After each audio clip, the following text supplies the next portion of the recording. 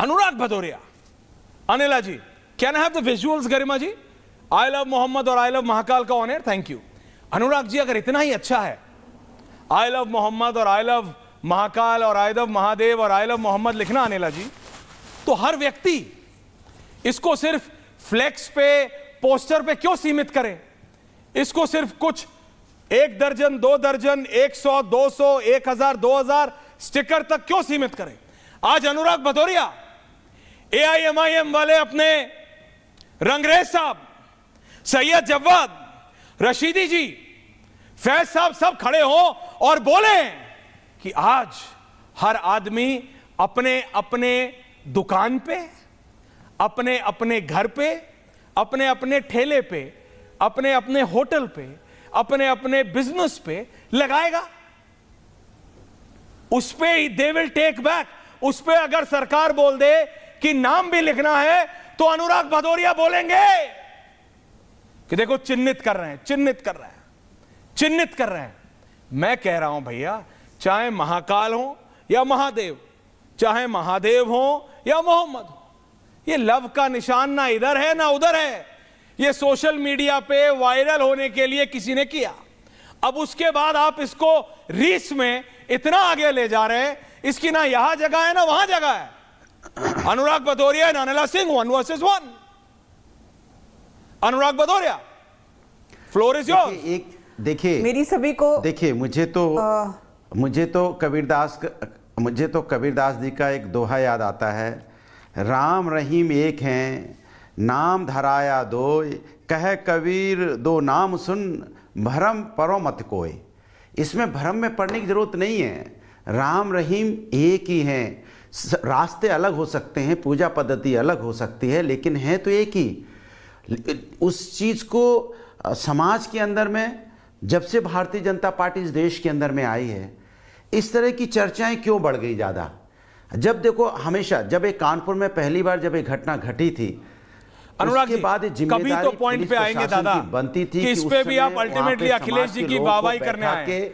आप मेरे को बताइए, आपके हिसाब से ये सही है, चाहे आई लव महाकाल हो या आई लव मोहम्मद हो, उसी की दोनों की संस्कृति बताइए आप मेरे को। अनिला जी से मैं तो आई लव इंसानियत, देखो मुझसे अगर पूछोगे तो मैं बोलूंगा आई लव इंसानियत, आई लव इंसान। जब हम इंसानियत जिंदा करेंगे अपने अंदर में, तब हम अपने आराध्य को भी पा पाएंगे। ये हम सब की सामूहिक जिम्मेदारी बनती है कि सबसे पहले इंसानियत जिंदा रखें और इसका राजनीतिक रूप ना दें। मैं भारतीय जनता पार्टी के जो सहयोगी संगठन हैं उनसे आग्रह करूंगा कि आप इसका राजनीतिकरण मत कीजिए, इसको राजनीतिक रंग मत दीजिए।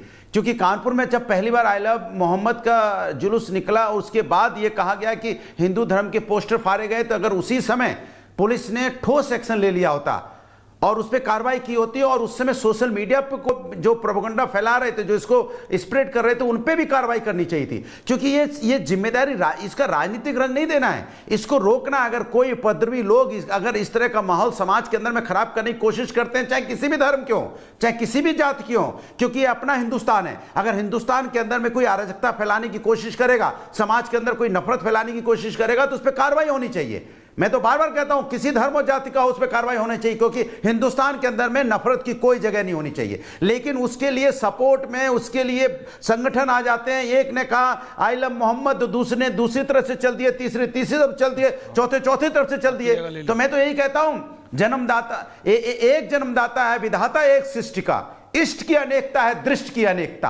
ये हमारे देखने का तरीका अलग है, इष्ट एक ही है, लेकिन हम लोग राजनीति, जो भारतीय जनता पार्टी है, राजनीति चमकाने के लिए या उसको राजनीतिक रूप रंग देने के लिए इस पे चर्चाएं होने लग जाती हैं, डिबेट्स होने लगती हैं, बहस होने लगती है, बजाय इसके कि सरकार तो भारतीय जनता पार्टी के ज्यादातर राज्यों में है, केंद्र में भी है, इसका समाधान निकालना चाहिए था। ये उत्तर प्रदेश में क्यों हुआ, मध्य प्रदेश में क्यों हुआ, गुजरात में क्यों हुआ, राजस्थान में क्यों हुआ, जहां पे बीजेपी शासित राज्य है? तो ये जिम्मेदारी बीजेपी शासित राज्यों की होती है कि इस तरह की घटना ना हो पाए। बरेली में जिस तरह की घटना हुई, ये चिंता वाली बात है कि कानपुर की घटना को आपने उस समय अच्छी तरह से हैंडल किया, अब आप रिपीट कर रहे हैं, सोसाइटी से मिलकर अब आप रिपीट कर रहे हैं। लेकिन अनिला जी, अनुराग भदौरिया जलेबी बनाते हैं, जलेबी बनाते बनाते इमरती बना लेते हैं, लेकिन सीधा जवाब नहीं देते। हाँ, आंखें मलिए आप आराम से। अनिला जी, ना आई लव मोहम्मद, ना आई लव महाकाल, ना इधर लव के निशान की कोई जगह है, ना उधर। ये रीस में हो रहा है, और कोई व्यक्ति या कोई सोच या कोई शक्ति इनके पीछे, इनको इस्तेमाल करके मैं ये मानने को तैयार नहीं, जिसके अंदर इतना प्रेम हो, जो अपने और अपने आराध्य के बीच के प्रेम के पर्चे लिए चल रहा हो, वहां पत्थरबाजी करनी पड़े। जो अपने और अपने आराध्य के बीच दिल का निशान बनाए, आई लव महाकाल और आई लव मोहम्मद के लेके पर्चे चल रहा हो, वहां लाठीचार्ज करनी पड़े। अनिला जी, मेरी सभी को राम राम, और आशा करती हूँ कि अनुराग जी मेरे बीच में नहीं बोलेंगे। जैसे मैंने शांति उसकी मैं गारंटी नहीं ले सकता सुनी है, वो भी शांति से मेरी बात सुनेंगे और अपने नंबर आने पर ये जो कुछ बोलना चाहें बोल सकते हैं। सबसे पहली बात तो ये है, राम और रहीम एक नहीं है, बिल्कुल भी एक नहीं है। अगर हम भगवान श्री राम की बात करते हैं तो वो पुरुषोत्तम भगवान श्री राम है। अब क्या तुलना कर रहे हैं भाई? कुछ भी करेंगे राजनीति के लिए, आप हमसे कहते हैं राजनीति मत करो, राजनीति तो आप कर रहे हैं। 2 से 20% हो गए और आज आई लव मोहम्मद के पोस्टर लेकर सड़कों पर उतर आए। ऐश्वर्या जी, ये आई लव मोहम्मद जो है ये केवल पोस्टर नहीं है, ये अपना जो प्रेम दर्शा रहे हैं अपने आराध्य के प्रति। ये पोस्टर नहीं है, आप उसके बियॉन्ड देखिए, उसके पीछे जाकर देखिए। जुलूस में जो युवा दिखाई दे रहे हैं, जो बच्चे दिखाई दे रहे हैं, जो टीनेजर दिखाई दे रहे हैं, आप उसको देखिए। ये कौन सा षड्यंत्र चल रहा है हमारे भारतवर्ष में भाई? हमारे राष्ट्र में कौन सा चल रहा है? और ऐसे राजनीतिक दल जो तुष्टीकरण की राजनीति करने के लिए हलाल हिंदू बनकर बैठ जाते हैं या उनका साथ देते हैं, उनको सोचना पड़ेगा कि एक बार तो भारत के टुकड़े जो हैं कांग्रेस की वजह से 1947 में हो गए थे, क्या भारत के टुकड़े फिर से करवाने के लिए उतारू हैं भाई? क्या मतलब है कि भारत जैसे राष्ट्र में आप आई लव मोहम्मद के पोस्टर लेकर चल रहे हैं और उसी के रिएक्शन में आई लव महाकाल? क्यों भाई? इसमें विपक्ष, अगर मेरे जैसा आपने कहा कि अगर मैं अपने आराध्य को प्रेम करती हूं तो उसको बैनर और पोस्टर में चिपकाऊंगी क्या? यह एक नया ट्रेंड चल गया है, I love my father, I love my mother, और फिर सोशल मीडिया पे डाल दो। पर सोशल मीडिया पे नहीं, सोशल मीडिया के साथ साथ यहाँ सड़क पे भी उतरा जा रहा है। तो बहुत बड़ी कॉन्स्पिरेसी है, लद्दाख से लेकर अगर मैं कहूं केरला तक और उधर पश्चिम से लेकर पूरब तक हर जगह ये कॉन्स्पिरेसी चल रही है। भारत के टुकड़े टुकड़े करने के लिए उतारू हैं, क्योंकि इन लोगों को पता है कि सत्ता में ये आ नहीं सकते हैं। आप सोचते हो कि यहाँ पे मेजॉरिटी पॉपुलेशन हिंदू रहती है इस राष्ट्र में, हम तय करते हैं कि यहां पर क्या होगा? हिंदू तय नहीं करता है, ये एक धर्म के लोग तय करते हैं, क्योंकि यहां पे 99% पॉलिटिकल पार्टीज जो हैं उनके साथ खड़ी हुई हैं। हिंदू कहां चला जाए भाई? यहां पे इस्लामिक नेशन बोलते हैं हम नाचो की तरह एक ऑर्गेनाइजेशन बनाएंगे, हिंदू कहां जाए? अगर इस देश में हम कहते हैं भगवान श्री राम का मंदिर बनना चाहिए, तो हमसे कहा जाता है कि भैया कैसे हक को आप किस हक से मांग रहे हो? हम काशी की बात करते हैं, हम मथुरा की बात करते हैं तो कह दिया जाता है शट अप, धर्म निरपेक्ष राष्ट्र है।